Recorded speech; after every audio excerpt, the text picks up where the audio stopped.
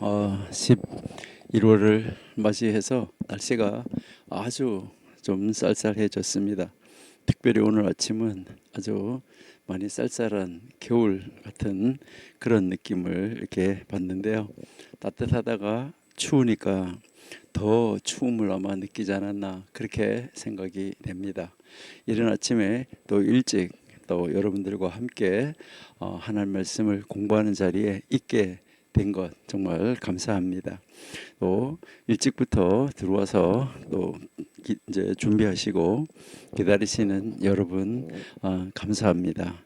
예, 우리 오늘도 함께 하나님의 뜻을 찾아가고 하나님의 말씀을 알아가고 하나님이 기뻐하시는 길을 찾아 그 자리에 설 수 있는 저희가 될 수 있기를 소망합니다.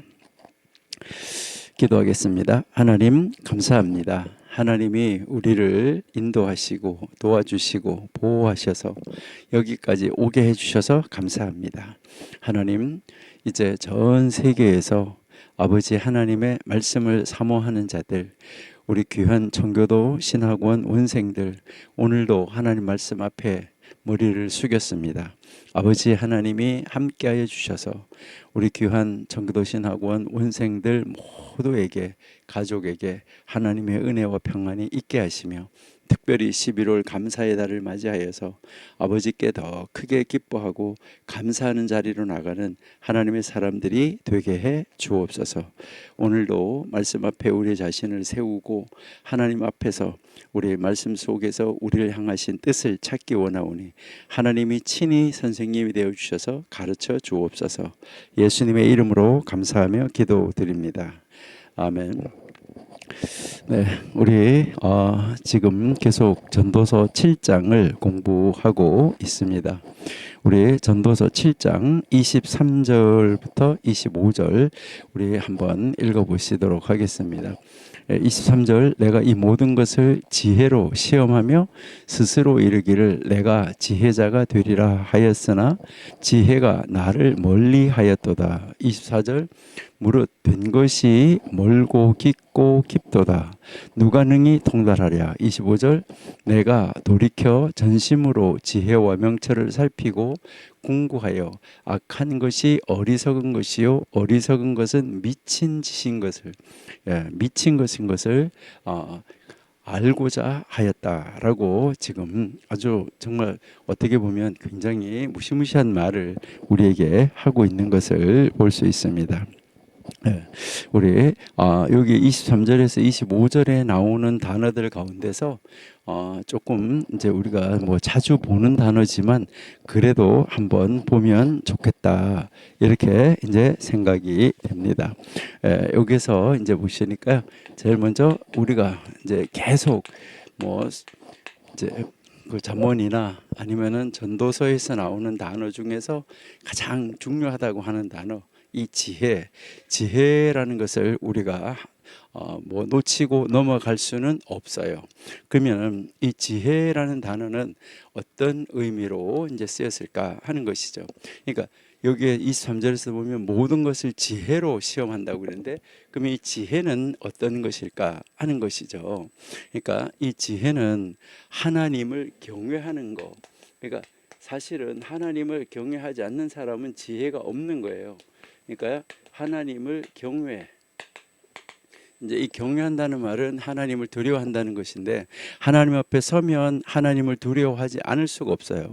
그러니까 하나님을 경외하는 가운데, 그러니까 이 말은 무슨 말이냐면 하나님 앞에서, 그러니까 하나님을 경외하는데 이 하나님 앞에서 무엇을 이야기하냐?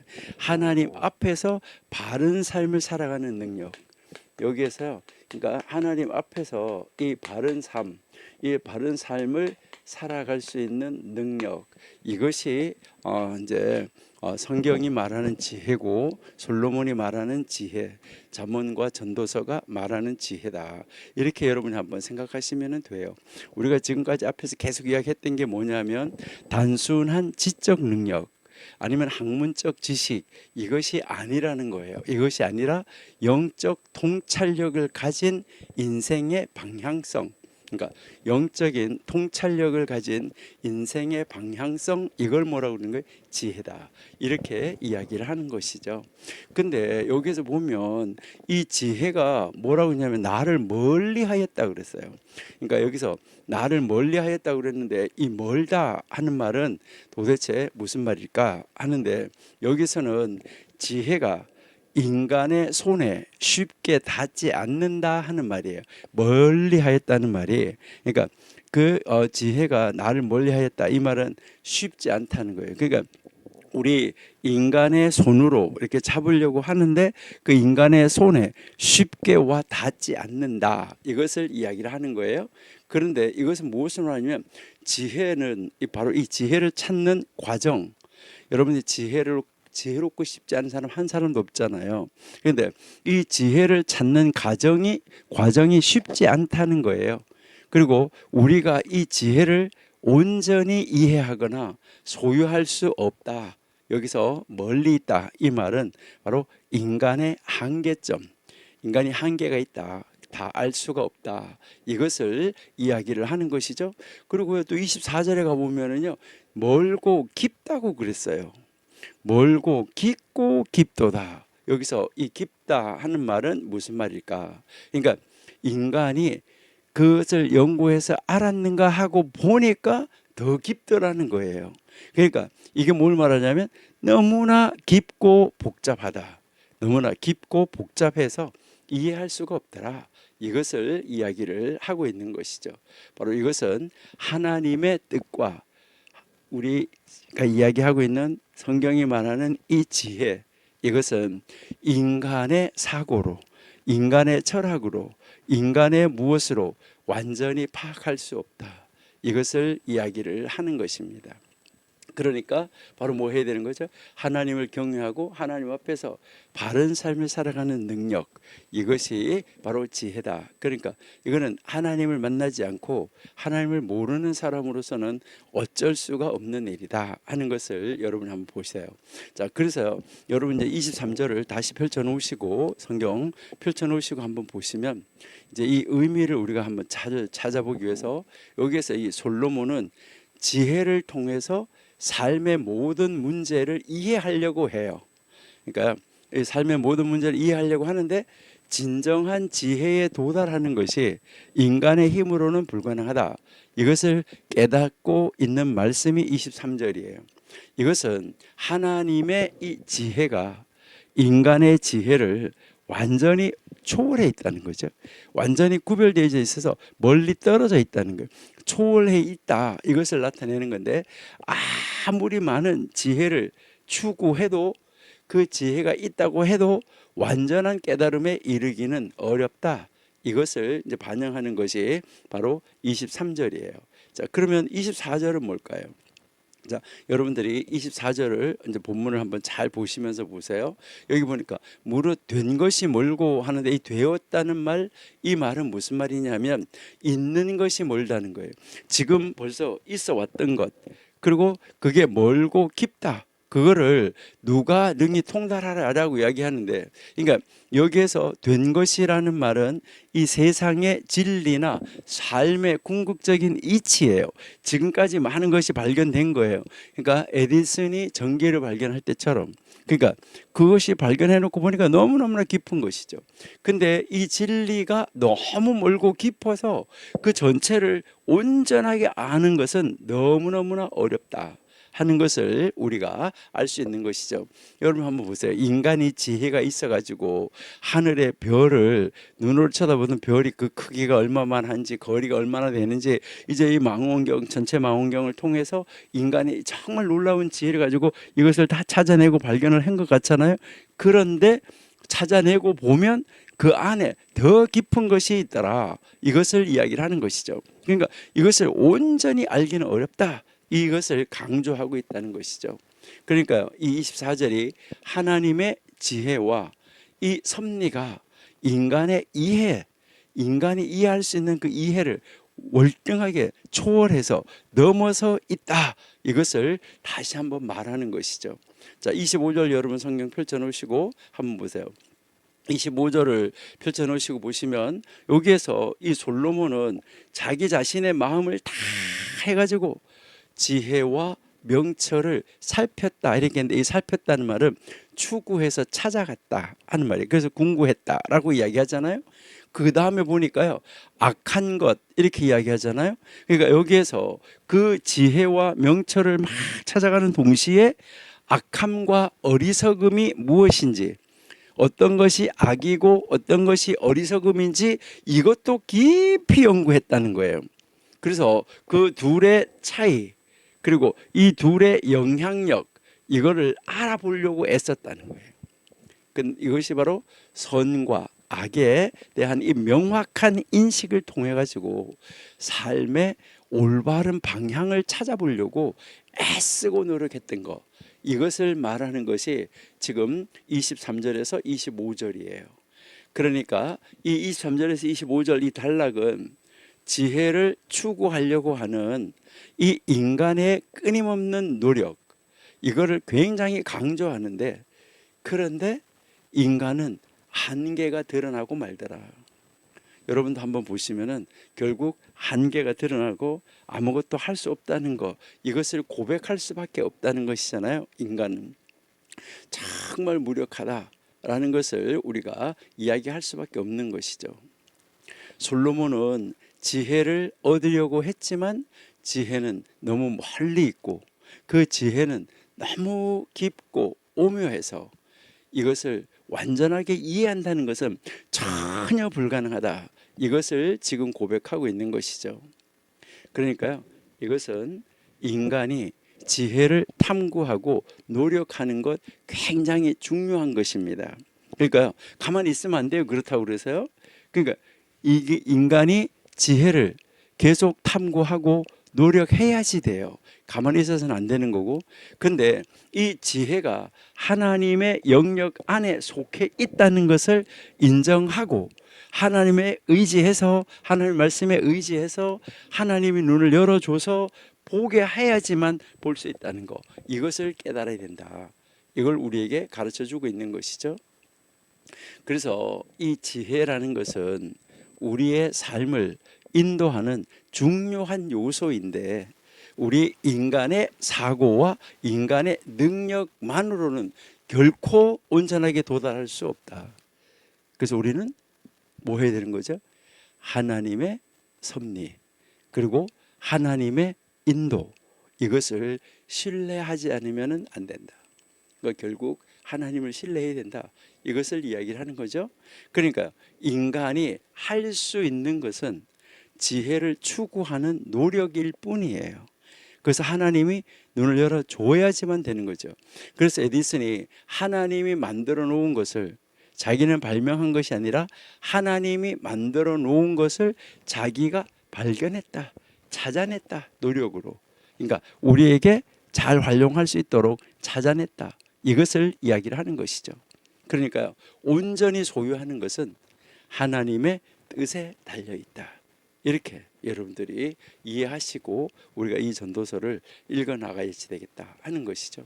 자, 그러면 이제 이 23절에서 25절이 우리에게 무엇을 교훈하고 있을까 하는 거, 이 23절에서 25절이 우리에게 우리에게 가르쳐 주는 이 교훈은 무엇일까 했을 때 여러분들이 한번 꼭 찾아야 돼요. 첫 번째는 지혜를, 그렇다고 그래서 뭐 할 수도 없는 거 해서 뭐 해, 아니라 우리는 뭐 해야 되는 거죠?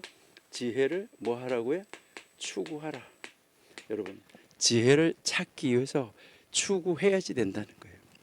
우리가 그 에디슨이 뭐 자기가 뭐 몇 번 실패했다는, 이건 실패가 아니고 찾아내다가 계속 찾아내는 과정에 있었던 것이지 그것은 실패한 것이 아닙니다. 그러니까 실패가 아니에요. 그러니까 우리도 끊임없이 찾아내면서 하나님을 의지하면서 하나님 앞에서 살아가야지 된다, 이것을 이야기를 하는 것이죠. 여러분, 지혜를 찾으려는 노력이 중요한데, 그러니까 그 지혜가 온전히 손에 닿지 않고 이해할 수 없는 부분이 우리에게 있을지라도, 그럴지라도 우리는 뭐 해야 되는 거예요? 우리는 이 지혜를 끊임없이 추구하지 않으면 안 된다. 이것을 우리에게 가르쳐 줍니다. 이것은 우리의 삶을 인도하고 올바른 방향으로 나아가게 하는 중요한 힘입니다. 이것을 추구하지 않는다고 하면 우리의 이 삶은 올바른 방향으로 나아갈 수가 없다 하는 것이죠. 그러니까 이것을 추구해야 올바른 방향으로 나가는데 추구하지 않으면 결국은 악에게 치고 만다. 이것을 우리에게 보여주고 가르쳐주고 있는 것이죠. 그리고 이 두 번째는 전도서에서 계속해서 가르치고 있는 것인데 여기서도 우리에게 가르치는 것은 뭘 말하냐면 우리 인간, 우리 인간은 뭐가 있다는 거죠? 한계가 있다. 그러니까 한계가 있다. 나는 한계가 있다. 더 이상 어떻게 할 수 없다. 이것을 무엇하라는 것이죠? 인정하라. 여러분, 우리는 만능이 아니고 전능이 아니에요. 우리가 모든 것을 할 수 있는 것이 아니라는 것이죠. 우리가 모든 것을 할 수 있다 그러면 내가 언제 죽을지도 알 수가 있겠죠. 근데 우리가 언제 죽을지 모르는 것은 이것은 우리에게 하나님 주신 또 은혜이기도 하죠. 그러니까 우리는 뭘 아는 것 같지만 아는 것이 하나도 없다는 거죠. 내가 내 자신을 아는 것 같지만 우리는 아무도 몰라요. 뭐라 그래요? 내 마음 나도 몰라. 이렇게 이야기하는 그런 이야기를 우리가 많이 하고 있다는 것이죠. 내 머리카락 개수가 얼마인지 몰라요. 근데 개수를 안다고 하더라도 오늘 아침에 몇 개가 빠졌고 오늘 몇 개가 새로 났는지 전혀 아는 사람 없어요. 여러분, 우리 인간은 한계가 있다. 이것이죠. 그러니까 인간은 지혜를 완전히 이해할 수 없는 존재다. 왜요? 하나님의 영역이니까. 그래서 우리는 지혜를 탐구하고 지혜를 추구하고 지혜를 배워야 하지만 그 지혜가 하나님의 깊은 그 뜻 속에 있다는 거. 하나님의 아주 정말 깊고 깊은 그 하나님의 뜻, 하나님의 섭리 속에 있다는 거. 이것을 인정해야지 된다는 것이죠. 그래서 우리는 여기에서 우리가 이 한계를 인정함으로 말미암아 우리는 뭐 할 수 있어요? 이 한계를 인정하면 우리는 뭐예요? 안 되지. 뭐 인간이 무엇을 하겠어라고 할 때 우리는 교만하지 않게 된다는 거죠. 그러니까 내가 내 자신을 확실하게 알면 어디 가서 내가 뭐 이거다라고 교만할 수 있나요? 교만할 수가 없어요. 그러니까 그저 뭐 할 수밖에 없는 거죠? 겸손할 수밖에 없다. 그러니까 겸손하게 하나님의 뜻을 받아들일 수밖에 없다. 그러니까 겸손하게 하나님의 뜻을 받아들여라. 이것을 우리에게 가르쳐 주는 것이죠. 자, 그렇게 해서 이것을 깨닫고 나면 그다음 여기서 우리가 깨달을 수 있는 것이 바로 뭐죠? 바로 지혜는 하나님의 영역에 속해 있다. 그러니까 이 지혜는 하나님의 영역, 그러니까 하나님의 영역에 속해 있다. 그러니까 하나님의 영이 우리 속에 들어와서 하나님의 뜻을 열어주고 가르쳐 줄 때, 그럴 때 가능해진다. 그러니까 하나님의 영에 사로잡혀야 된다. 그러니까 여러분을 보면 모세한테 하나님이 여호수아를 소개할 때도 여호수아에게는 하나님의 영이 있는 사람이라고 말을 했었고, 여러분이 잘 아는 요셉도 바로가 요셉을 바라보면서 이처럼 신의 능력이 있는 사람이 어디 있느냐라고 이야기하는 것을 볼 수 있잖아요. 여러분, 지혜는 인간이 스스로 획득하거나 완전하게 소유할 수 있는 그러한 것이 아니다. 그래서 우리가 이 지혜의 본질은 하나님께 속해 있고, 우리는 그 지혜의 깊이, 그리고 이 지혜의 깊이를 알 수가 없고 이 지혜가 멀리 있다. 이것을 인식하고 우리는 뭐 해야 되는 거죠? 하나님을 신뢰해야 된다. 하나님을 의지해야 된다. 이것을 우리에게 보여주고 있는 것이죠. 그래서 하나님을 의지함으로 말미암아 하나님의 영이 내 안에 들어옴으로 말미암아 하나님의 영이 내 안에서 삶으로 말미암아 내가 사는 것이 아니라 하나님이 내 안에, 그리스도가 내 안에 삶으로 말미암아 그 지혜 되시는 하나님이 바로 나를 사용하실 때, 내 눈을 사용하실 때 볼 수가 있고 깨달아 알 수 있게 된다는 것이죠.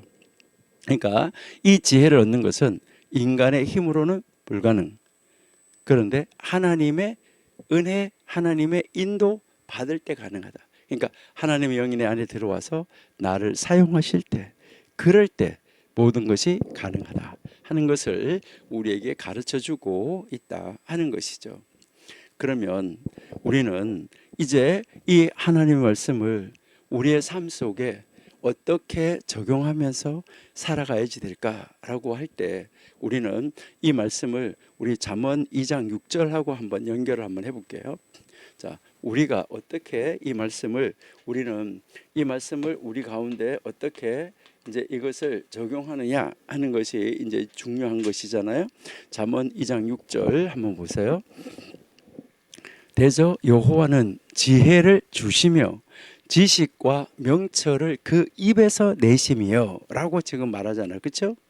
그러니까 이것은 지혜가 하나님으로부터 나온다 하는 사실을 우리에게 가르쳐 주는 것이죠.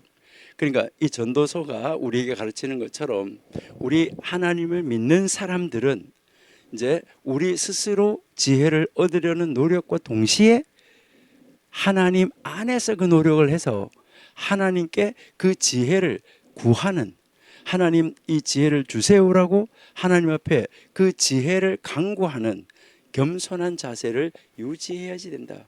왜요? 지혜의 근원은 누구이기 때문에? 하나님이시기 때문에. 지혜의 근본, 지혜의 근원이 하나님이잖아요. 그러니까 우리는 하나님께 지혜를 구해야지 된다.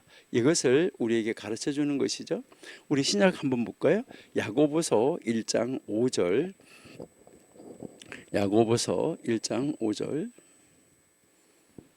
예, 너희 중에 누구든지 지혜가 부족하거든 모든 사람에게 후히 주시고 꾸짖지 아니하시는 하나님께 구하라. 예, 여기 신약에서도 하나님께 구하라. 그리하면 주시리라 라고 지금 말씀하고 있죠. 그렇죠? 근데 6절 한번 읽어보세요. 오직 믿음으로 구하고 조금도 의심하지 말라. 이게 이제 굉장히 중요한 거죠. 우리는 간구하고도 기도하고도 될까 안 될까. 그런데 그거 하지 말라. 이것을 우리에게 가르쳐주고 있는 말씀이죠. 그러니까 여기 야고보도 보니까 우리에게 무엇을 말씀하시는 거죠? 지혜를 구할 때 하나님께서 주신다 하는 거, 이것을 우리에게 가르쳐주는 거죠. 그러니까 우리가 여기에서 좀 전에 이야기한 것처럼 우리 인간의 한계를 인정하고 겸손하게 하나님께 나아가서 구하는 태도, 하나님 주세요 라고 구하는 태도가 중요하다. 이것을 우리에게 가르쳐 주는 거죠. 이제 우리 첨단 과학 시대를 살아가는 우리 사람들, 인간이 모든 것을 할 수 있다라고 생각하는 이 사람들, 여러분 한번 보세요. 인간이 지금 태풍이 바다에서 불어오는데 태풍이 바다에만 있으면 너무 좋은 거예요. 왜 그런 거냐면 바다를 한번 이렇게 여러분들이 땅을 이렇게 갈아엎는 것처럼 개간을 하는 것처럼 이 바람이 파도가 막 바람이 바다에 불어가지고 이 바다가 그냥 막 뒤집어지는 거죠. 한 바퀴요. 그렇게 뒤집어지면 이 바다가 다 개간이 되는 거예요. 그래서 뭐 안에 있는 플랑크톤이고 뭐 이런 것들이 다시 개간이 돼가지고 먹이 사슬이나 이런 것이 새롭게 많이 생겨지는 거예요. 그러니까 그 파도가 바람이 바다에만 있어가지고 파도만 일으킨다고 하면 얼마나 좋을까. 근데 이 쓰나미처럼 파도가 그냥 육지를 올라오게 되고 또 이제 그 바람이 육지에 불어가지고 문제가 생기는 것이잖아요. 여러분, 이 태풍이 어디에서 일어났다? 어디에서 발생했다? 태풍의 눈이 어디다? 그리고 태풍의 방향이 지금 어디로 가고 있다? 이건 인간이 압니까? 모릅니까? 알아요. 이게 쏠려가는 걸 보면서 알 수 있어요. 그러는데 그 태풍을 어디에서 일어났고 어느 방향을 가고 있다는 걸 알면 진짜 능력은 뭐예요? 그 방향을 바꿀 수 있어야 그게 능력이에요. 그러니까 이걸 바꿀 수 있어야 된다는 거죠. 그러니까 각도를 1도만 틀어도 어떻게 돼요? 1도만 틀어도 굉장한 능력이에요. 왜 그래요? 1도 틀고 1도 틀고 1도 틀고 빨빨빨빨 1도씩 계속 틀어 나간다고 하면 바다로 다시 보낼 수 있잖아요. 육지로 안 오고. 그렇죠. 여러분들이 한번 이렇게 보시면 잘 읽어보셨잖아요. 출애굽기에서 우리가 10가지 재앙이라고 말할 때 개구리가 올라오는 것도요, 개구리가 물에서 막 계속 올라오고 있어요. 올라오지 마라 라고 말 안 했기 때문에 개구리는 물에서 계속 올라와요. 그런데 여러분이 그 옆에 서가지고 개구리야 올라와라 하면 올라올까요? 안 올라올까요? 올라와요. 계속 올라오고 있기 때문에.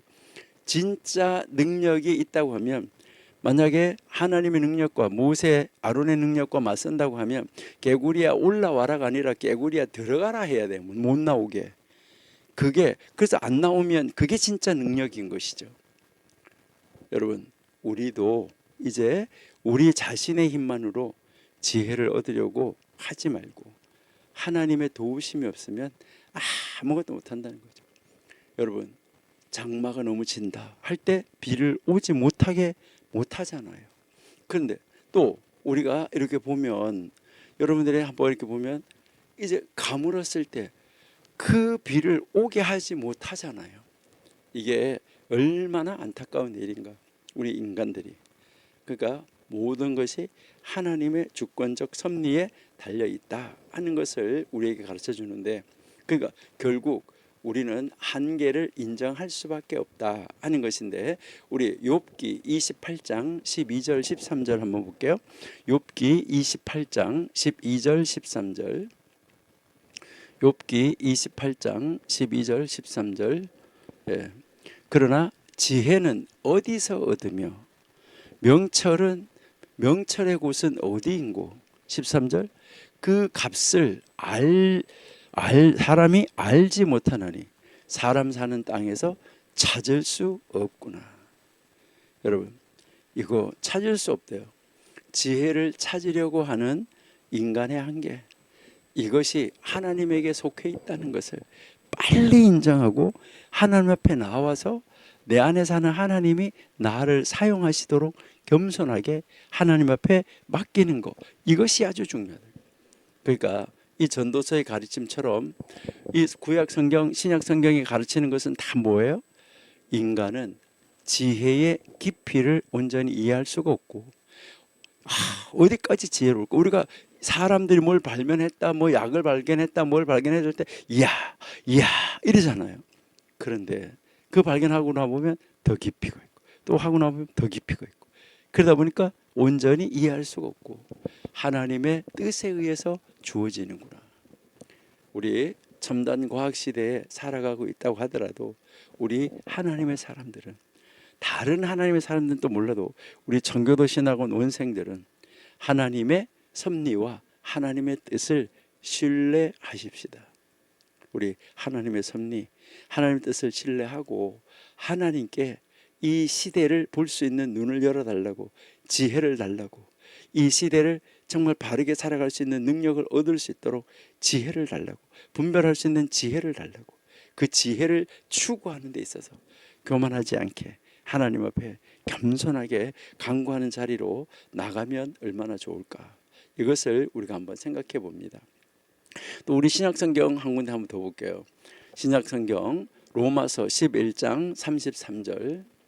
로마서 11장 33절. 깊도다 하나님의 지혜와 지식의 부요함이여 그의 판단은 측량치 못할 것이며 그의 길은 찾지 못할 것이로다. 참 놀라운 말씀이죠. 하나님의 지혜가 인간의 이해를 넘어서는 엄청난 깊이, 깊고 깊은 깊이를 가지고 있다. 이거를 이 로마서에서 바울이 강조하고 있는 것이죠. 이 전도서 7장에서 지금 23절, 25절 뭐 우리 전도서 요 같은 맥락에서 하나님의 이 지혜는 인간의 사고로는 도저히 측량할 수 없다. 우리는 하나님께 그 지혜를 구하고 신뢰하는 것, 이것이 지혜로워지는 최선의 방법이다. 이것을 우리에게 가르쳐 주고 있는 것이죠. 이렇게 이 전도서 7장 23절에서 25절은 지혜를 이 추구하려고 하는 우리 인간의 이 노력을 인정하면서도 해야 된다는 거예요. 안 하고 뒷짐짓고 있으면 안 돼요. 그렇게 하면서 이 지혜가 인간의 한계를 넘어서는 영역 안에 있다는 것을 우리에게 가르쳐 주고 있어요. 이 말은 지혜는 하나님께 속해 있다. 우리는 그 지혜를 온전히 이해할 수 없다. 그렇지만 우리가 끊임없이 지혜를 추구하고 그 추구하는 과정에 하나님의 도우심을 구해야 된다. 왜? 하나님 안에 있는 것이기 때문에. 하나님이 열어주셔야지 되기 때문에 그렇다. 이것을 우리에게 가르쳐 주는 것이죠. 우리 현대 정말 최첨단 현대라고 말하는 우리 현대 시대, 지금 우리가 살고 있는 이 시대, 하나님의 사람들은 성경의 가르침을 통해서 지혜를 얻으려는 이 노력을 게을리하면은 안 돼요. 그렇지만 내가 스스로 인간의 힘으로 능력으로 찾을 수가 없다. 인간의 지식으로 찾을 수가 없다. 하나님의 은혜에 의지해야 한다. 이 사실, 이거를 인정하셔야 돼요. 그리고 하나님에게 정말 겸손한 자세로 하나님을 향하여 나아가는, 하나님 앞에 엎드려서 간구하는 자세, 이것을 갖춰야 된다. 그래서 우리는 그 하나님 앞에 나아가는, 그래서 하나님이 주시는 지혜를 통해서 하나님이 우리에게 가르쳐주는 이 지혜를 우리가 배워서 이 세상에서 하나님 다움의 삶, 하나님을 믿는 사람 다움, 아, 저 사람 하나님 믿는 사람이야, 이렇게 할 수 있도록, 아, 저 사람 정말 지혜로운 사람이야, 어디서 저런 지혜가 나왔을까, 이렇게 해서 하나님이 주시는 지혜로 세상을 점령하고 다스리고 이기고 이 세상을 정말 아름답게 바르게 하나님 앞에서 살아가는 삶을 유지하는 그런 여러분들이 될 수 있기를 소망을 합니다.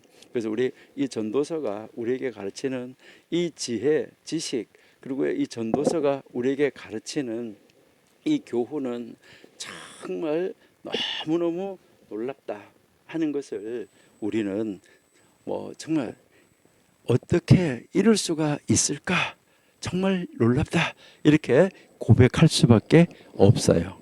우리 26절부터 한번 볼게요. 다시요.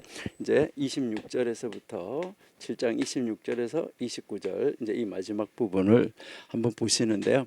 여기에서는 우리에게 가르치는 것이 바로 무엇이냐면 인간의 타락과 하나님께서 주신 직선된 길. 그러니까 인간은 타락했는데 하나님이 이제 주신 직선으로 나가는 길이 있어요. 이게 무엇을 가지고 우리에게 보여주냐면, 여기서 인간에게 가르쳐 주는 것이 무엇을 보여주냐면, 여기에서 우리 보면 이제 이 악인, 그러면서 특별히 악한 이 악한 여인에 대해서 이야기를 하고 있어요.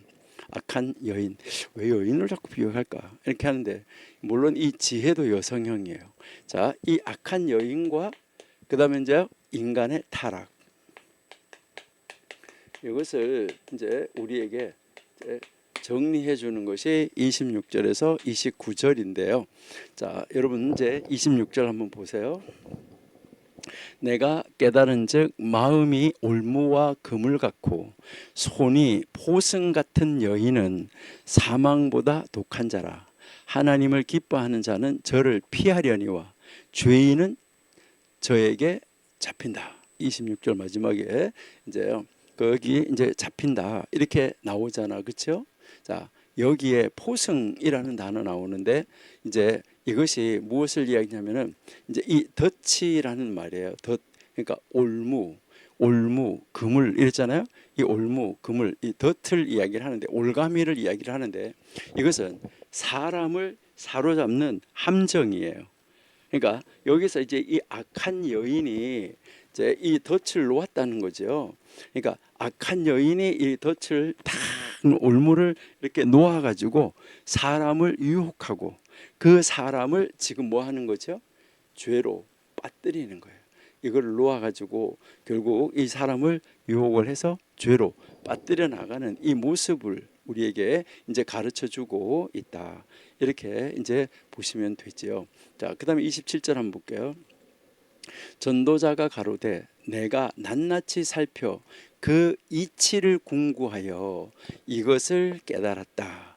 그러니까 이치를 궁구하여 이것을 깨달았다라고 이야기하죠. 예, 그다음 28절 내 마음에 찾아도 아직 얻지 못한 것이 이것이라. 일천 남자 중에서 하나를 얻었거니와 일천 여인 중에서는 하나도 얻지 못하였느니라. 29절 나의 깨달은 것이 이것이라. 곧 하나님이 나를 정직하게 지으셨으나 사람은 많은 꾀를 낸 것이라. 자, 여기에서 이 정직이라는 단어, 이 단어가 무슨 단어냐면 올바른 길 아니면 직선된 이런 거예요.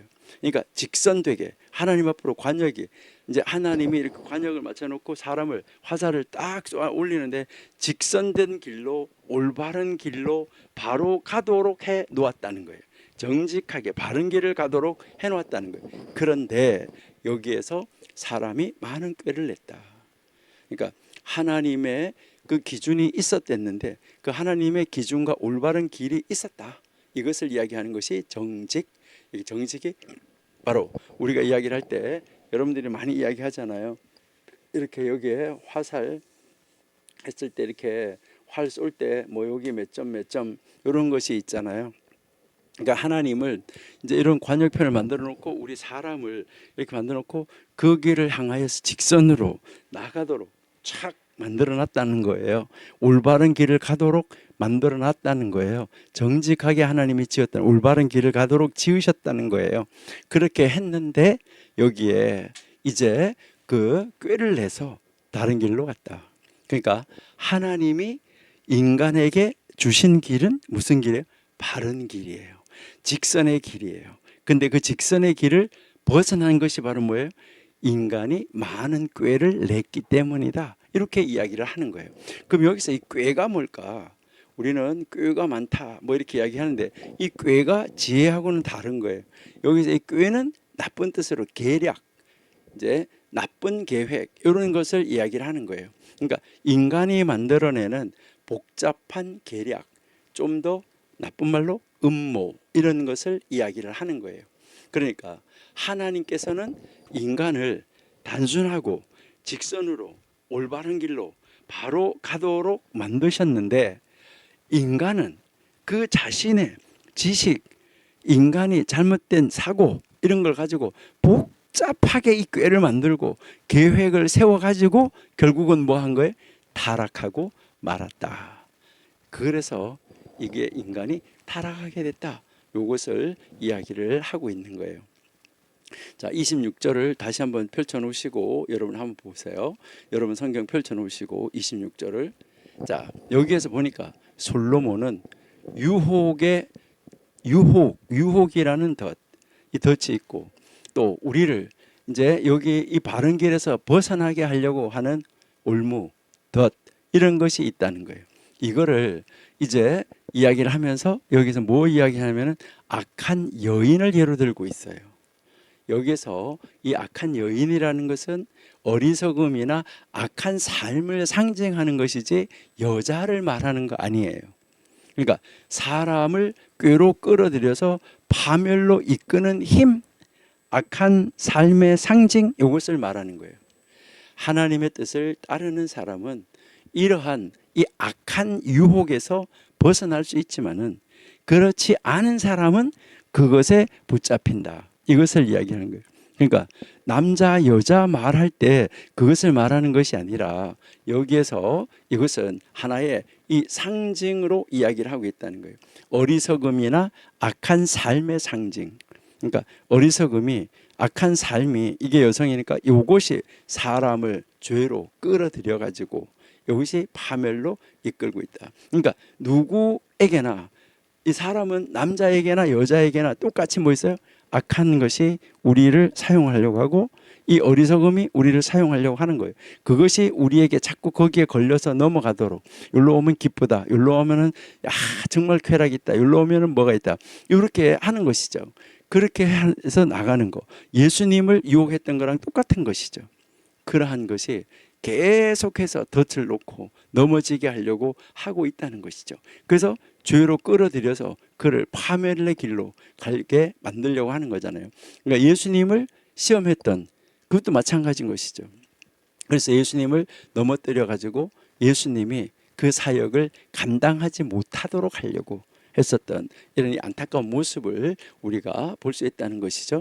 그러니까 우리는 하나님의 말씀을 따라, 하나님의 섭리를 따라, 하나님의 뜻을 따라 하나님 앞에서 걸어갈 때, 하나님의 영이 나를 사로잡아서 역사할 때 우리는 이런 모든 유혹에서 이길 수가 있고 벗어날 수가 있다. 이것을 우리에게 가르쳐 주는 것이 26절이라는 것이죠. 그럼 27절 한번 보세요. 자, 27절 펼쳐놓으시고 보시면 솔로몬은 인생의 진리를 찾기 위해서 정말 모든 것을 분석하고 조사해 왔다고 고백하는 거예요. 그러니까 낱낱이 조사했다 그러잖아요. 낱낱이 살폈다고. 그 이치를 연구해서 깨달았다. 이렇게 이야기하잖아요.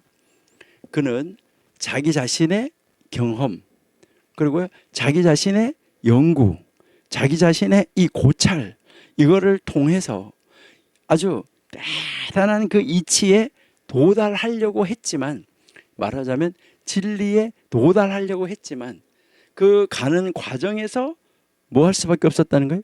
한계를 느낄 수밖에 없었다. 아, 안 되는구나. 한계를 느낄 수밖에 없었다. 바로 이것은 인간이 아무리 노력을 해도 신적인 지혜에 온전히 다다를 수 없다. 그렇죠. 어떻게 신적인 지혜에 다다를 수가 있겠어요. 이것을 깨닫는 것이죠. 그래서 28절 펼쳐놓고 보세요. 28절에 이제 내 마음에 찾아도 아직 얻지 못하다. 마음에 찾아도 얻지 못했대잖아요. 여기에 이 솔로몬은 수많은 경험을 통해서 많은 사람들을 만나고 또 만나고 살펴보았지만 진실로 의롭고 지혜로운 사람은 찾기가 어려웠다. 이것을 이야기를 하는 것이죠. 그러니까 이 세상에 이 사는 사람 정말 찾기가 힘들었다라고 이야기를 하고 있는 것이죠. 너무너무나 안타까운 이런 모습을 우리에게 보여주는 것이죠. 자, 29절 한번 보세요. 29절에 보시니까 여기에서 한번 보면 솔로몬은 인간의 본래의 상태는 정직하고 순수했다라고 이야기해요. 아까 우리가 얘기했지만 사람을 정직하게 지으셨다. 그러니까 정직했는데 인간이 인간 스스로가 많은 꾀를 만들어 가지고 죄로 치우치게 됐다. 이렇게 지금 결론을 내리고 있는 것이죠. 이것은 우리가 창조 때 여러분 보시면 아시잖아요. 하나님께서 인간을 선하게 창조하셨죠. 타락으로 인해서 죄와 욕망에 빠진 이런 모습을 우리가 알 수 있잖아요. 우리 이제 창세기 1장 31절 한번 읽어볼게요. 창세기 1장 31절. 네, 하나님이 그 지으신 모든 것을 다 보시고 심히 좋았더라. 저녁이 되고 아침이 되니 이는 여섯째 날이라. 그러니까 하나님이 모든 것을 다 지었어요. 다 짓고 나서 하나님 보시면서 여기에서 심히 좋았더라. 다 좋았더라라고 이제 말씀하셨는데 결국은 인간이 뭐 한 거죠? 꾀를 내 가지고 그 인간의 꾀 때문에 빠져 떨어지고 말았다 하는 거죠. 그래서 이 전도서 7장의 마지막 부분인 이제 이 전도서 7장 마지막 26절에서 29절까지 여기 요 단락이 참 중요하죠. 하나님께서 주신 단순하고 올바른 길을 버려버리고 타락한 삶으로 빠졌다. 꾀를 내서 특히 여기에서 이 악한 여인을 유혹의 상징으로 지금 이야기를 하고 있는 거죠. 그래서 그 유혹의 상징, 유혹이 결국 사람을 덫에 걸리게 하고 죄를 짓게 만들었다 하는 것이죠.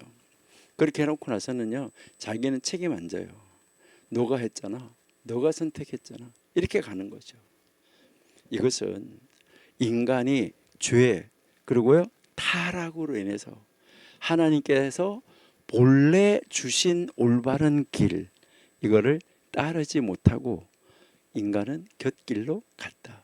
그러니까 관역으로 향하여 가지 못하고 직선으로 가지 못하고 옆길로 이제 빗나갔다. 이것을 이야기를 하는 거잖아요. 그래서 우리가 뭐 죄 이렇게 이야기하면 관역을 빗나간 것이 죄다 이렇게 이야기. 그 왜 그러냐? 하나님 직선으로 가도록 만들었는데 이게 유혹이나 이러한 것에 걸려 가지고 결국은 넘어갔다. 우리가 주일날 교회 올 때도 하면 뭐 따르릉 전화 온다든가 뭐 한다든가 이렇게 해가지고 우리를 교회 못 가도록 만드는 이런 역사들이 얼마나 많이 있냐는 거죠. 그런 것을 과감하게 딱 자르고 하나님 앞으로 나올 수 있어야지 된다. 이것을 우리에게 가르쳐 주는 것이죠. 하나님께서 우리 인간을 정말 처음에 우리를 정직하고 순수하게 똑바른 길을 가도록 창조했는데 이 인간이 자신의 꽤 복잡한 계획 이것을 만들어서 타락하게 되는 안타까운 모습. 그래서 여기에서 이 26절에서 29절은 인간의 타락을 경고하는 것이죠. 그러면서 본래 하나님께서 의도하셨던 그 단순하고 그 바른 길로 돌아가야 한다 하는 메시지, 이것을 우리에게 주고 있는 거예요. 그래서 이제 이스라엘 말로는 회개한다 이렇게 하면 이 회개는 뭘 말하냐면 이렇게 갔던 길을 돌아오는 거, 그러니까 갔던 길을 돌아오는 거, 이것을 이제 말을 하는 것이죠. 이제 여러분들이 내비게이션 이렇게 하고 가다 보면 어떨 때는 이렇게 갔던 길을 다시 이렇게 유턴해서 돌아오게 하는 거 있잖아요. 그러니까 이렇게 다시 돌아오는 거, 이것을 보고 뭐라고 말하냐면은 회개다 이렇게 이야기하는데, 그러니까 요나가 이렇게 하나님 그리고요 이제 이 요나가 서로 뭐 하고 있었냐, 여기에서 서로 이렇게 마주보고 있었던 것이죠.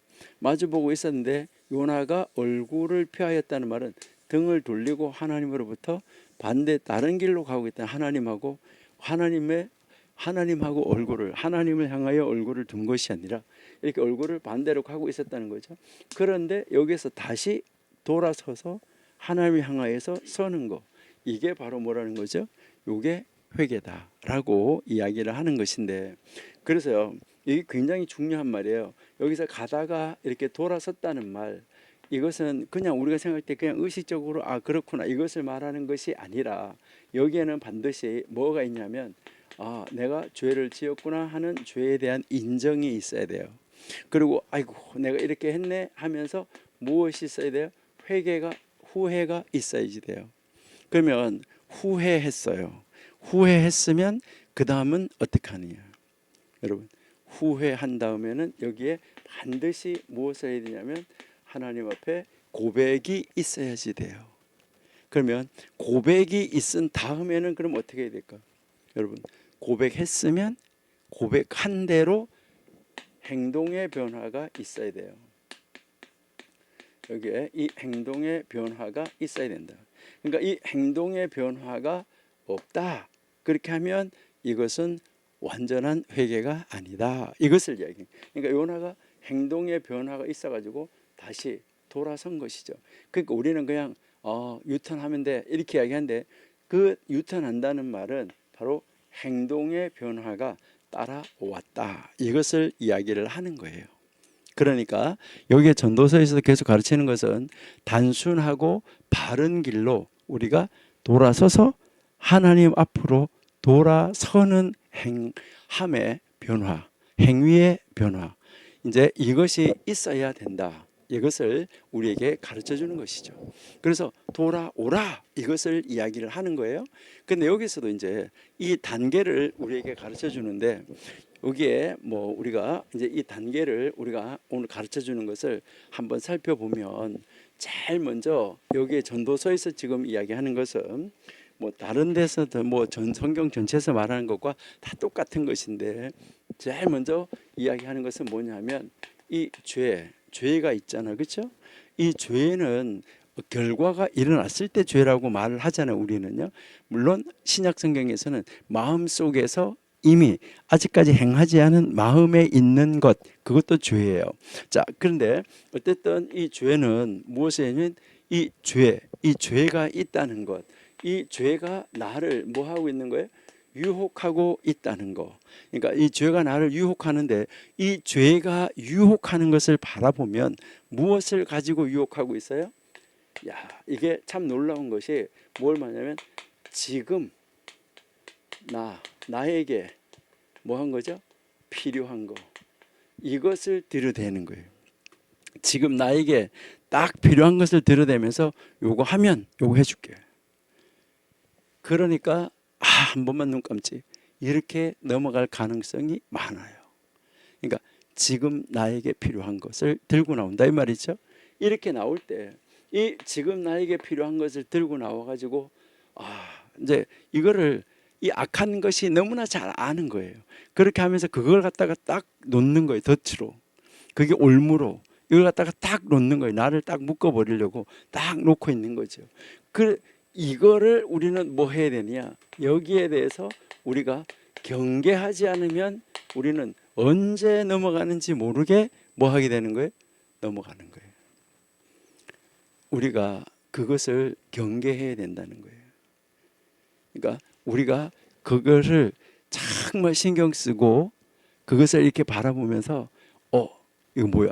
이렇게 하면서 우리가 신경 쓰지 않는다고 하면 어느새 거기에 빠져 있을 수도 있다는 거예요.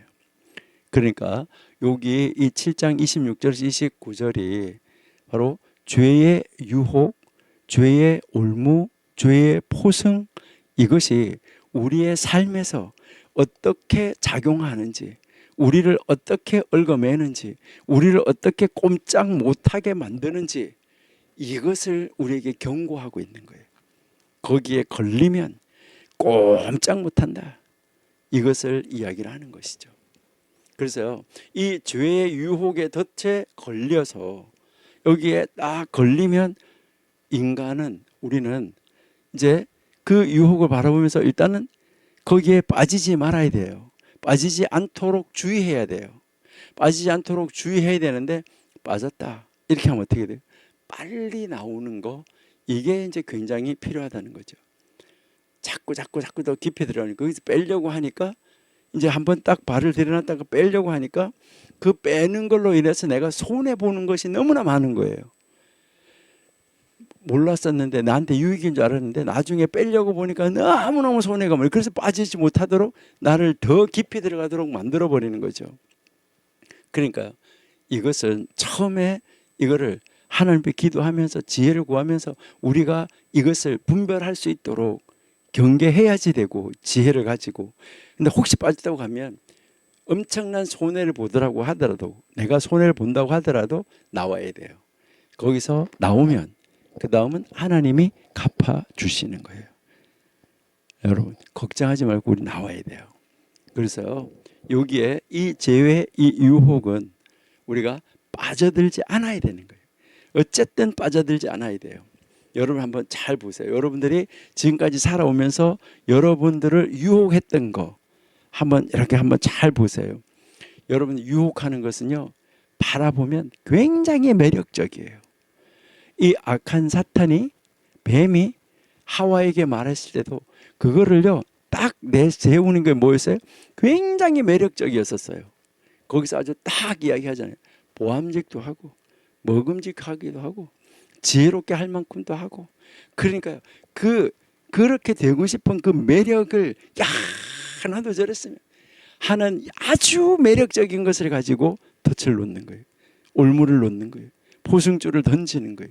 거기에 딱 잡혔다면 문제가 심각하다는 거죠. 그리고요 다 보면 아주 달콤해 보이는 거예요. 이게 너무너무 달콤해 보인다는 거죠. 이렇게 달콤해 보이는데, 그런데 그 끝은, 그 계속 들어가서 나오지 못하면 그 끝은 파멸이에요. 너무너무 안타까운 것이죠. 우리는 이것을 분명하게 정말 우리 전도서 읽으면서 확실하게 여러분들이 공부하셔야지 돼요. 우리는 경계해야 됩니다.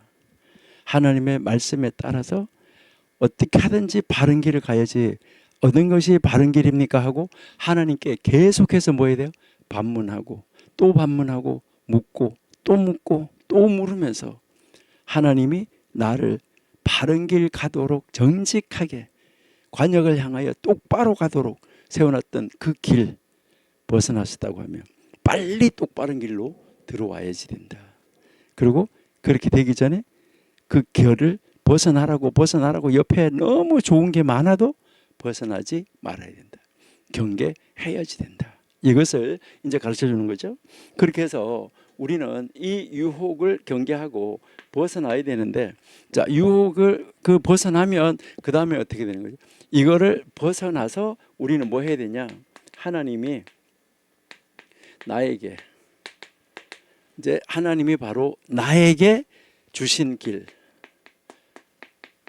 이 길이 힘들고 어려운 길이라도 사망의 그늘이 드리워진 길이라도 이 나에게 하나님이 주신 길이라는 것, 이 길은 어렵고 힘들어도 뭐 해야 돼요? 따르라. 그러니까 우리는 하나님이 나에게 주신 길이라고 하면 따라가면 됩니다. 어렵다, 어려울 수 있어요. 그렇지만 하나님은 그 길이 어렵다는 것을 나보다가 더 잘 아세요. 나보다가 더 확실하게 아세요. 그리고 그것을 어떻게 어렵지 않게 넘어갈 수 있는지도 아세요. 이 말은 무슨 말이냐면 하나님이 우리에게 그 주신 길을 우리로 하여금 걸어가게 하신다는 이야기는 우리로 하여금 뭐 하는 거죠? 걸어가게 하신다. 이것은 우리에게 무엇을 말씀하냐면 내가 너와 함께 하고 있잖아. 나와 동행하자. 이것을 말하는 거예요. 어려운 길 속에 나 혼자 두시는 하나님이 아니에요. 거기에서 하나님이 나하고 함께 가면서 나를 붙잡아 주시고 계시는 거예요. 우리가 계속해서 우리 출애굽기 이야기할 때 이야기했던 것처럼 이렇게 이제 보이지 않는, 정말 하나님은 이렇게 보이지 않는 상자 안에다가 우리를 집어넣어서 그가 그냥 바깥이 다 내다 보이는 이런 상자 안에다가 집어넣어서 우리를 움직여가고 있는 거예요.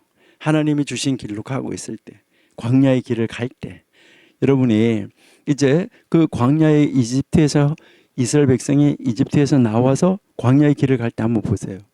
발이 부르트지 않았다, 옷이 헤어지지 않았다. 그런 환경을 하나님이 다 만들어 가지고 그 어려운 사막의 길이지만 그들이 볼 때는 전갈이 보이고 사나운 짐승이 보이지만 하나님이 딱 싸고 있는 그 울타리 안으로 절대 접근을 못하는 거예요. 발바닥에서도 그들이 그 땅을 밟고 가고 있지만 발바닥에서도 하나님이 그것을 딱 만들어놨기 때문에 무엇이 어떤 것이 그들을 발을 상하게 하지 못한다는 거예요. 하나님은 이미 하나님이 예비하신 길을, 우리가 그 사막의 길을, 힘든 길을 걸어가고 있을지라도 하나님은 그 길을 걸어갈 때 우리와 함께 하시고 그 길을 안전하게 가도록 우리를 보호하신다는 거예요. 그래서 하나님이 우리에게 주신 길을 그대로 뭐 해야 되는 거예요? 따라가야지 돼요. 여러분, 이게 최고의 길입니다. 그러니까 정말 우리가 하나님 앞에서 놀라운 그 하나님의 은혜, 하나님이 나하고 함께 동행하고 나하고 함께 서서 걸어가고 있다는 거, 이것을 인정해야 되는 거죠.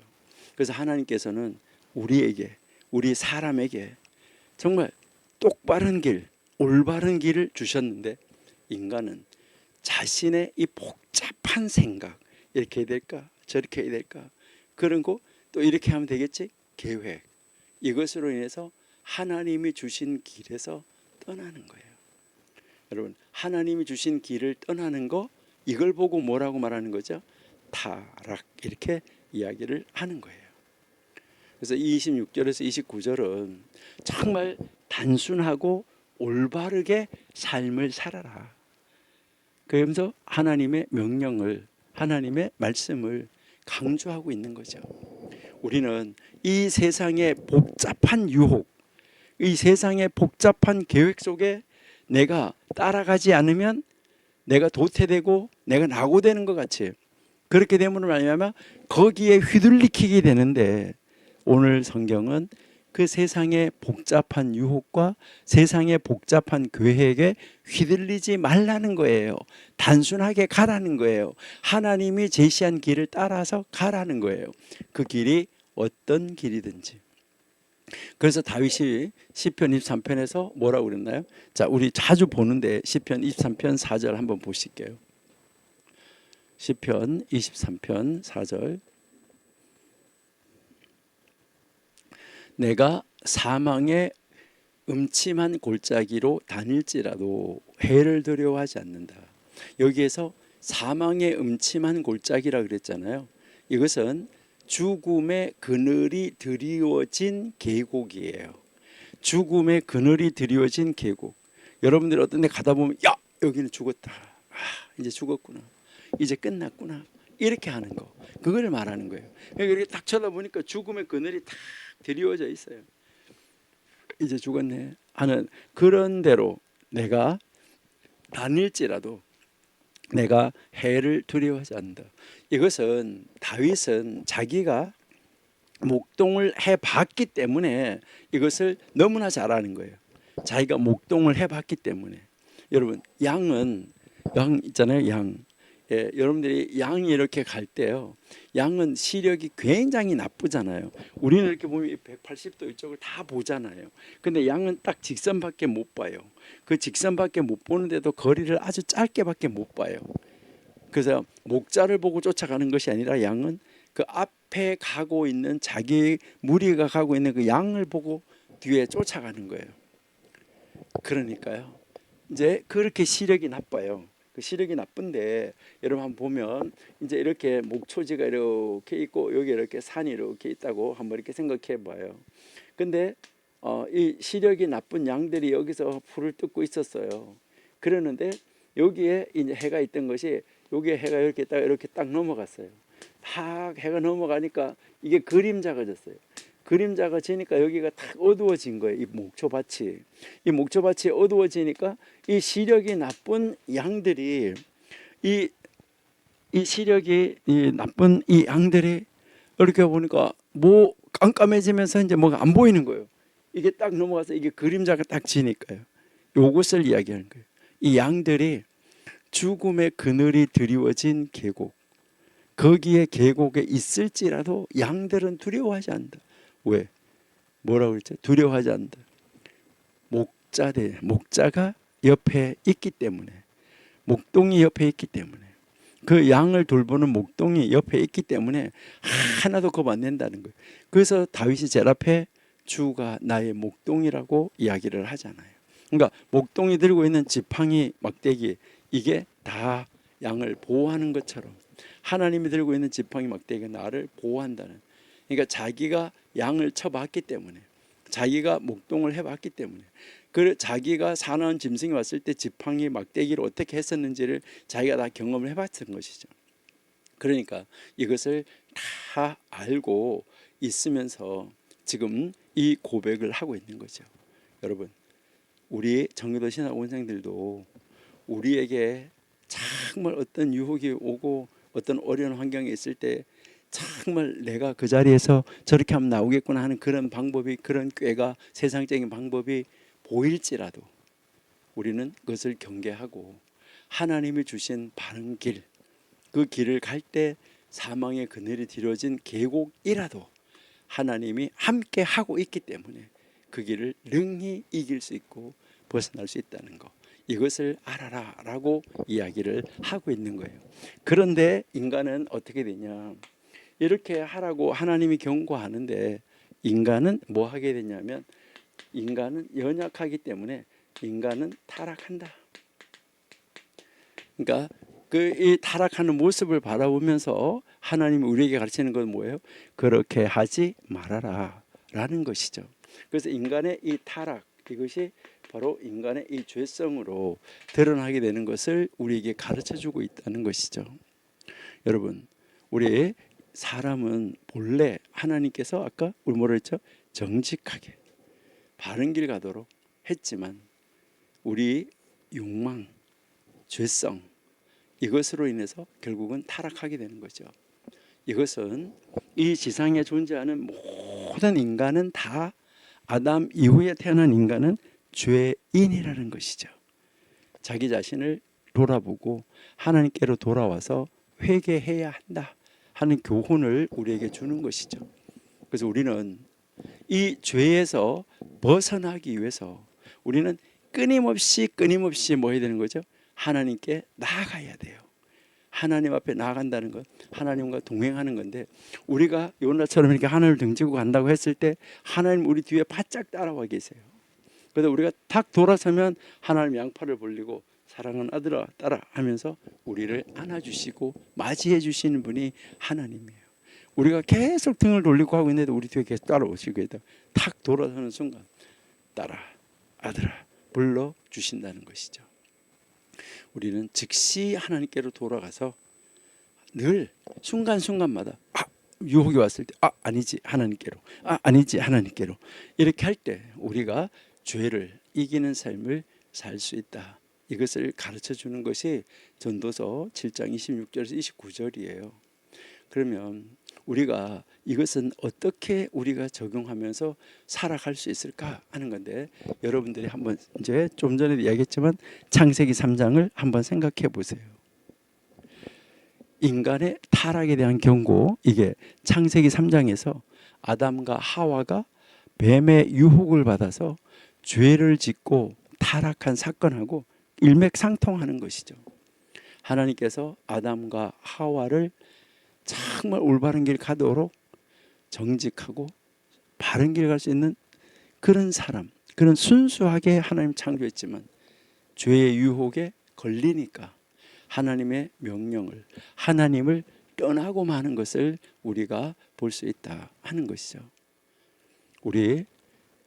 우리는 지금 이 세상에 지금 많은 사람들이 신이 없어도 된다고 생각할 정도로 뭐 인간 문명이 발달했다라고 이야기를 하는데 그럴지라도 우리 하나님의 사람들은 이 교훈을 통해서 내가 유혹을 받을 때 어떻게 대처해야 하나 이것을 배우셔야 돼요.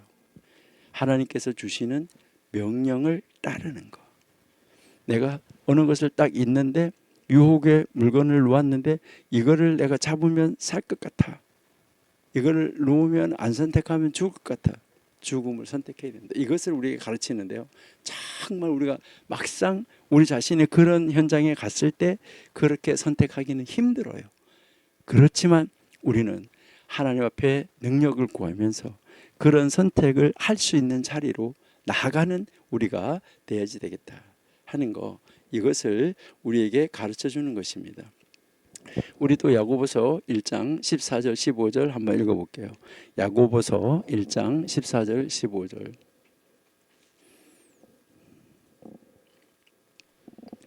오직 각 사람이 시험을 받는 것은 자기 욕심에 끌려 미혹된다. 그러니까 욕심이라는 이 덫을 놓았잖아요. 그 덫에 걸린 거예요. 걸리면 큰일 나는 거예요. 자, 걸리면 어떻게 돼요? 15절. 욕심이 잉태하면 죄를 낳고 죄가 장성하면 사망을 낳는다. 16절. 내 사랑하는 형제들아 속지 마라. 이게 우리가 지금 전도서 7장에서 공부하는 것과 똑같아요. 유혹에 대한 이 경고, 이것을 우리에게 가르쳐 주는 것이죠. 유혹에 굴복하면 결국 죄가 되고 이 죄는 결국은 죽음, 사망을 가져온다 하는 말이잖아요. 우리 하나님의 사람들은 우리 내 자신의 욕망을 내가 다스릴 수 있어야 돼요. 이 욕망을 내가 내 스스로가 다스리고 죄를 경계하고 하나님께 의지해서 이 유혹을 이겨나가는 자리로 우리가 나가면 좋겠다 하는 것입니다. 우리 구약성경도 한번 볼게요. 시편 119편 9절. 시편 119편은 가장 긴 시편이죠. 시편 119편 9절 청년이 무엇으로 그 행실을 깨끗게 하리이까 주의 말씀을 따라 삼갈 것이니이다. 내가 전심으로 주를 찾았사오니 주의 계명에서 떠나지 말게 하소서. 자, 그 9절에 한번 보세요. 다시요. 9절 청년이 무엇으로 행실을 깨끗게 하리까 말씀을 따라 삼갈 것이니이다. 이 말씀은 우리가 하나님의 말씀을 따를 때만이 죄의 유혹으로부터 안전하다. 이것을 가르쳐 주는 거예요. 하나님의 말씀을 따를 때만이. 전도서에서 아까 이렇게 이야기했던 정직한 길, 올바른 길, 직선 길, 이것도 하나님께서 주신 말씀이잖아요. 우리가 이 말씀을 따라 바른 길을 걸어가야 된다. 이것을 우리에게 이야기하고 있는 것이죠. 여러분, 우리가 잘 아는 마태복음 4장 1절에서 11절 말씀은 여러분이 잘 아시잖아요. 마태복음 4장 1절 11절은 예수님께서 광야에서 사탄의 유혹을 받는 장면이잖아요. 그 사탄의 유혹을 받을 때마다 하나님은 뭐라고 말씀하세요? 기록되었으되 기록되었으되. 하나님의 말씀에 이렇게 말하고 있다라고 이렇게 말씀하시는 것을 우리가 볼 수 있어요. 이 유혹을 받을 때 예수님은 다 무슨 말씀을? 하나님의 말씀, 성경 말씀을 인용을 해가지고 다 물리치는 것을 우리가 알 수 있잖아요. 여러분, 우리도 유혹을 물리치는 방법은 무엇일까요? 예수님이 그 유혹을 물리친 방법이 하나님의 말씀으로 다 물리치고 이겼던 것처럼 우리도 우리가 유혹에 직면할 때 하나님의 말씀을 다 붙잡고 하나님의 말씀을 의지해서 이 유혹을 이겨낼 수 있다. 이것을 우리에게 가르쳐 주는 것이죠. 그러니까 전도서 7장이 지금 경고하고 있는 죄의 덫, 이 유혹을 극복하기 위해서 어떻게 해야 되는지 아니야? 예수님이 우리에게 모범을 보여주셨어요. 3번 다 말씀으로 승리하고 이긴 거, 이거 우리가 너무나 잘 알고 있지 않습니까? 이 마지막에 이 전도서 7장 26절 29절은 인간이 하나님이 정직한 길을 떠나서 타락하는 과정이 이러이러한 과정을 거쳐서 타락했다. 이거를 가르쳐 주는 거예요. 그렇게 하면서 타락하게 하기 위해서 유혹이 있었고 덫이 있었다. 그러니까 이제 너희는 눈을 열어서 이 유혹, 덫, 올무, 포승 이거를 볼 수 있어야 된다. 이거를 경계해야 된다. 하나님께서는 우리 사람을 진실로 바른 길 가도록 관역을 향하여서 바른 길 가도록 창조하셨는데 사람은 자기의 꽤 복잡한 욕망을 내놨다. 지금 나는 어떻는가? 여러분 한번 생각해 보셔야 돼요. 우리 나의 죄성, 하나님의 이 올바른 길을 따르는 것, 이것이 어떤 차이점이 어떻게 나타나는가?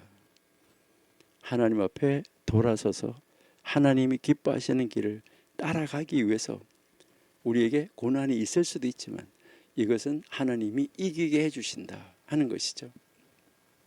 우리 하나님의 사람들, 우리 청교도 신학원 원생들은 오늘 이 전도서 7장 말씀을 통해서 죄의 유혹, 이거를 경계, 그리고 하나님께서 주신 길 따라가기로 결심하고 다짐하시는 여러분이 되시기를 바랍니다.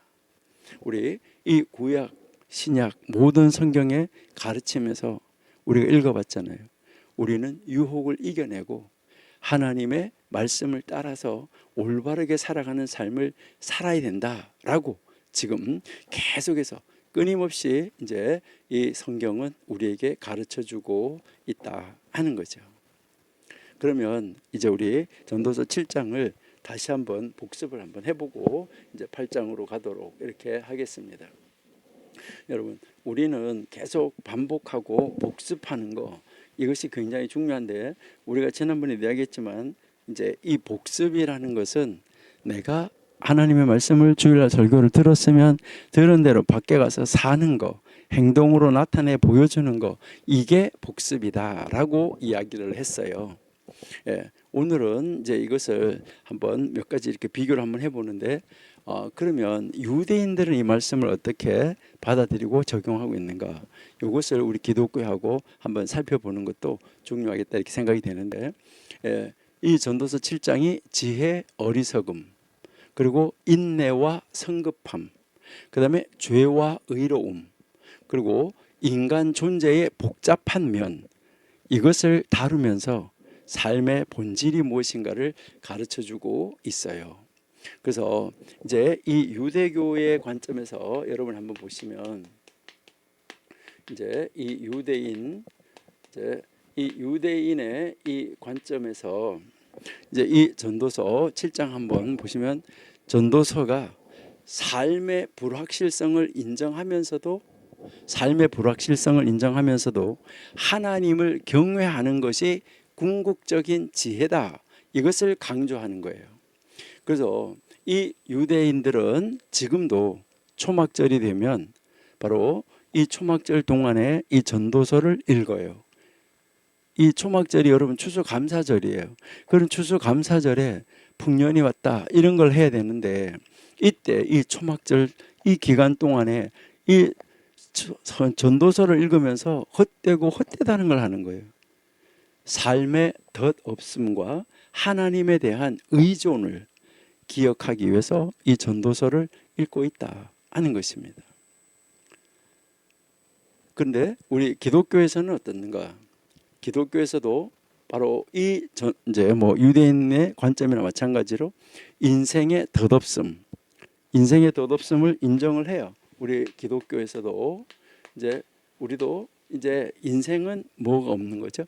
인생은요, 아무 의미가 없구나, 이렇게 덧없다. 하지만 여기에서 어떤 의미가 있는가, 이것을 이제 찾아가는 것이죠. 이걸 인정하면서도 하나님의 뜻 안에서 살아가는 것, 하나님의 뜻 안에서 살아가는 지혜로운 삶을 강조하고 있다는 거예요. 그러니까 이것은 무엇을 말하냐면, 우리 인간의 한계, 죄성을 인식하지만 결국 예수 그리스도를 통해서 완전한 구원을 찾아간다. 예수 안에서 우리가 완전한 구원을 찾아야 된다. 여기에서 우리는 무엇을 찾아야 되냐면, 예수님께서 우리를 위해서 오셨고 우리를 위해서 이뤄 놓으신 것을 믿어야 된다. 이것을 우리에게 가르쳐 주고 있다. 이렇게 우리가 이제 보시면 되는 거죠.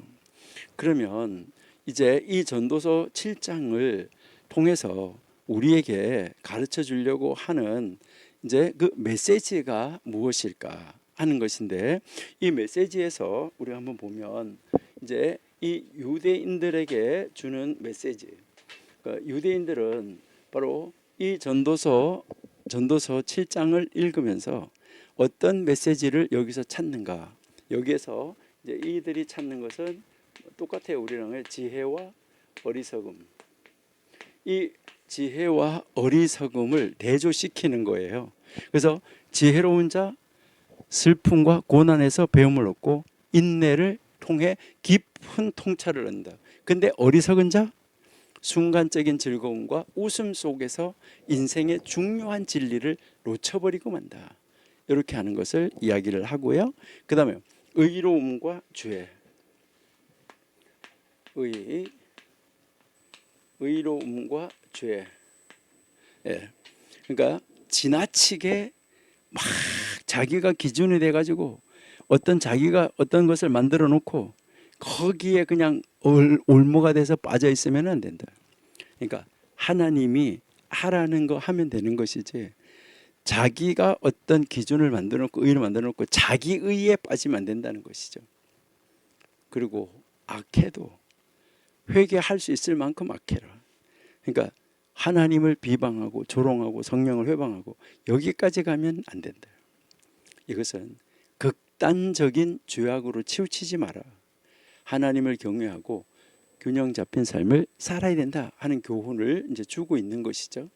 그리고 그다음 이제 여기에서 전도 7장에서 우리가 계속 이야기하고 있는 것이 인간의 한계지요. 인간의 이 한계. 인간은 지혜를 얻으려고 노력하지만 완전한 지혜는 하나님의 영역에 속해 있다. 인간의 노력만으로는 온전히 이해할 수가 없다 하는 것이고, 제일 마지막에 무엇이 있었나요?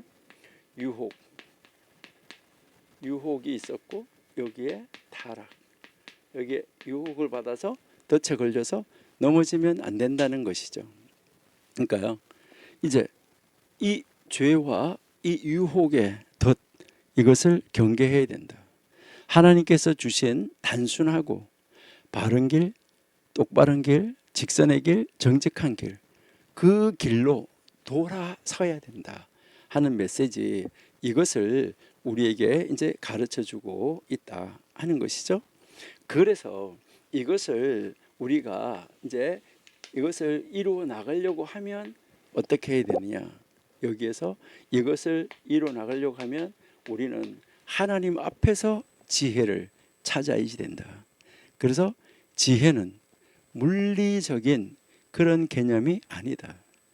그리고 물리적인 어떤 힘 아니면 순간적인 즐거움, 이것이 아니다. 인생을 올바른 길로 가게끔 이끄는 힘이다. 이것을 우리에게 이야기를 하는 것이죠. 그러면 여기에서 이제 이 의로움과 죄, 이것을 이야기를 했었는데, 이 전도서 7장은 결국은 이제 이 죄인도 어떻게 될 수 있다? 의인이 될 수 있다. 이것을 이제 가르쳐 주는 것이죠. 그러니까 그냥 그걸로 끝나는 것이 아니라는 거죠. 이 전도서 7장은 결국은 의로움에, 이제 우리가 정말 의롭다 했을 때 자기 의에 빠지는 것은 위험해요. 그리고 그 죄는 결국 멸망의 길로 가게 된다. 이것을 우리에게 가르쳐 주면서 우리는 정말 이 세상의 악한 사람들을 바라볼 때 악하더라도 저렇게 악할 수 있냐, 여기까지 가는 그런 사람들 보고 불쌍히 여겨야 되고, 내가 나의 자신의 의의 기준을 만들어 놓은 것 때문에 다른 사람들이 나에게 접근할 수가 없는 자기 의에 도취되어 있는 사람 되면 안 돼요. 하나님의 의에 빠져야 되는 것이죠. 그리고 이 지혜로운 사람은 인내하고, 이 지혜로운 사람은 고난을 통해서 배우지만은 성급한 사람은 쉽게 분노하고 실수를 저지른다. 그래서 우리 인간은 이 죄성과 하나님을 향한 복귀, 이 필요성, 그러니까 우리는 우리 인간에 뭐 해야 되는 거죠? 이 죄성을 어떻게 해야 되는 거죠? 깨닫고 이 죄성을 하나님 앞에 내놓고 하나님 앞에 돌아서서 복귀해야 된다는 거죠. 그 길로, 그러니까 빗나갔던 길로, 바른 길로 다시 복귀해야 되는 거죠. 다시 복귀해서 돌아와야 된다. 이것을 이야기를 하는 것이죠.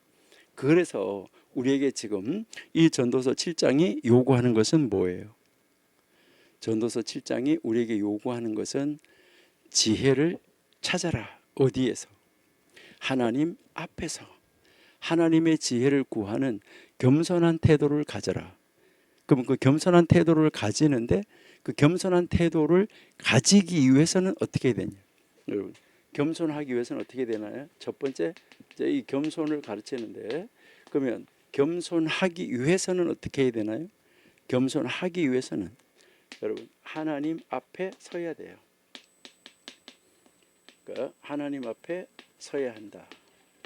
그래서 하나님도 언제나 무엇을 말씀하시냐면 내 앞에서 걸어가라고 아브라함한테, 정말 우리의 믿음의 조상이었던 아브라함한테 처음서부터 그렇게 이야기를 했어요. 한번 볼까요? 창세기 17장 1절.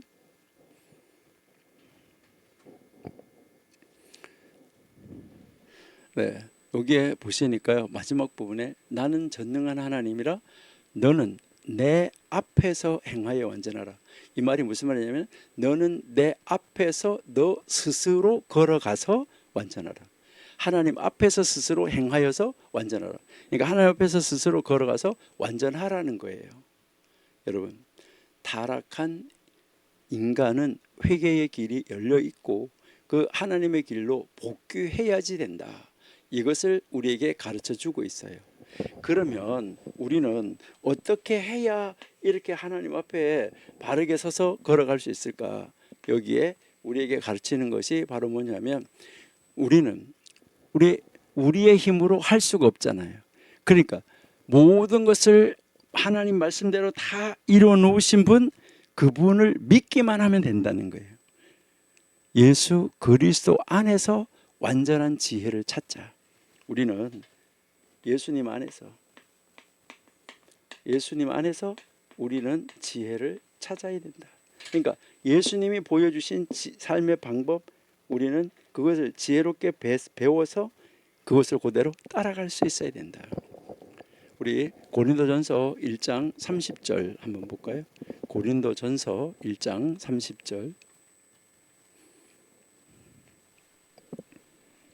너희는 하나님께로부터 나서 그리스도 예수 안에 있고 예수는 하나님께로 나와서 우리에게 지혜와 의로움과 거룩함과 구속함이 되셨으니, 자 31절, 기록된 바 자랑하는 자는 주 안에서 자랑하라 함과 같게 하려 하심이라. 여러분, 예수 그리스도가 우리의 지혜가 되셨습니다.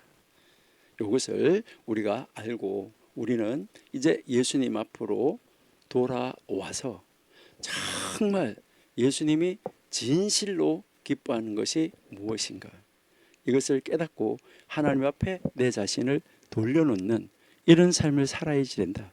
이것을 가르쳐 주는 것이 전도서 7장이에요.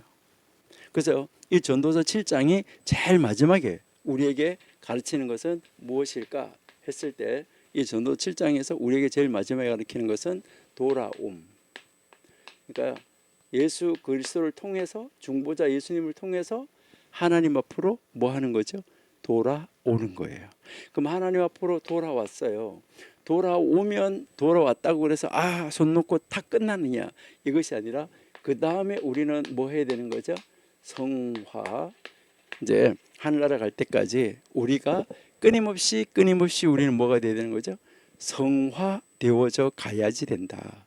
이것을 우리에게 가르쳐 주는 거예요. 그러니까 우리는 우리 사람들의 이 타락, 그리고 우리 이 사람들의 이 죄성, 이거를 다 깨닫고 우리는 예수님을 통해서, 예수님 우리에게 보내주셨잖아요.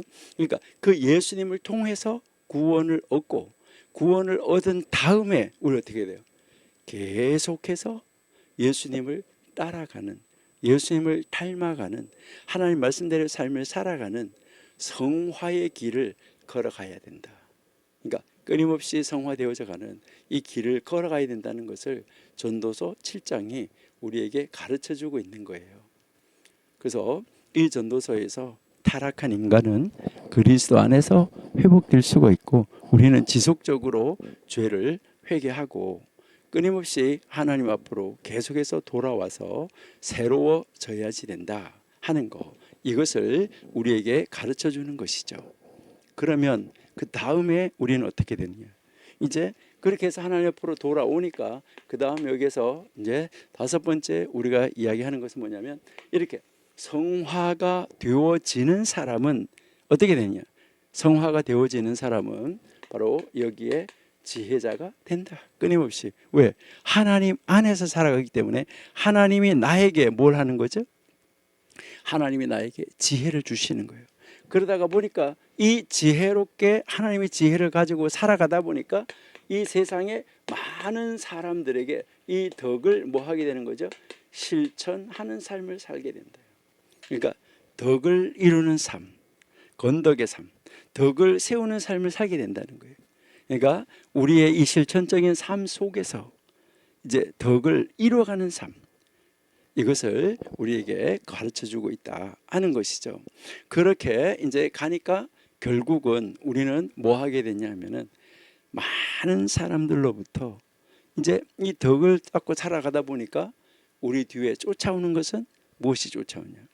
야, 저 사람은 진짜 하나님의 사람이라는 이러한 칭함을 듣게 되는 거예요. 야, 정말 하나님 믿는 사람이야. 저 사람은 진짜 하나님의 사람이야. 이렇게 그 하나님이 기뻐하는 길로 걸어갈 수 있게 된다. 이것을 우리에게 보여주고 가르쳐주고 우리는 거기까지 나아가야지 된다 하는 것을 우리에게 가르쳐주는 것이죠. 우리 청교도 신학원생 여러분, 우리 전도서 7장을 이제 읽었는데 우리 하나님을 경외하고 진실로 하나님 안에서 하나님이 지금 우리가 살아가는 시대는 하나님이 우리를 위해서 친히 육신에서 오셔서 예수님이라는 이름으로 오셨는데 우리는 그 예수님으로 말미암아 지혜를 얻어서 예수님이 걸어가신 길, 그 길을 따라가면서 지혜로운 삶을 살아가면서 우리의 연약함을 인정하고 날마다 순간순간마다 하나님 앞에 나를 돌려서 세워서 바른 길을 따라감으로 말미암아 정말 이 세상에서 모든 사람으로부터 칭송함을 듣는 하나님의 사람이라는 칭함을 듣는 우리 청교도 신학원 원생들이 다 되어가지고 여러분 주변에 있는 많은 사람들이 여러분의 모습을 바라보면서 나도 저분이 믿는 하나님 나도 믿어야지 하는 그런 자리로 인도해내는 작은 예수님의 삶, 하나님을 닮은 삶, 하나님이 안에서 여러분 안에서 여러분을 인도해가는 삶, 우리 살아서 아버지의 일을 이 땅에서 넉넉하게 멋있게 이뤄내는 삶을 또 11월 한 달도 살아가시는 여러분 다 되시기를 소망합니다. 하나님 감사합니다. 오늘도 함께 하심을 감사합니다. 우리 자신의 모습 가르쳐 주신 그 전도서 7장의 말씀을 통하여서 내가 어떻게 이 바른 길을 갈 수 있을까 고민하던 우리에게 하나님이 가르쳐 주셨는데 우리 말씀을 따라 예수님의 삶의 본을 따라 우리 살아가서 이 세상에서 하나님을 멋있게 증거하고 보여주는 진정한 하나님의 사람으로 세움받아 많은 사람들로부터 칭송함을 듣는 아버지의 사람이 되어져서 하나님이 기뻐하시는 길로 열심히 최선을 다해서 걸어감으로 말미암아 하나님이 우리를 통하여서 계획하신 일, 이루시려고 하신 일을 이루는데 부족함이 없이 능력 있는 삶을 살아내는 귀한 우리 청교도 신학원 원생 다 되게 해 주옵소서. 예수님의 이름으로 감사하며 기도드립니다. 아멘.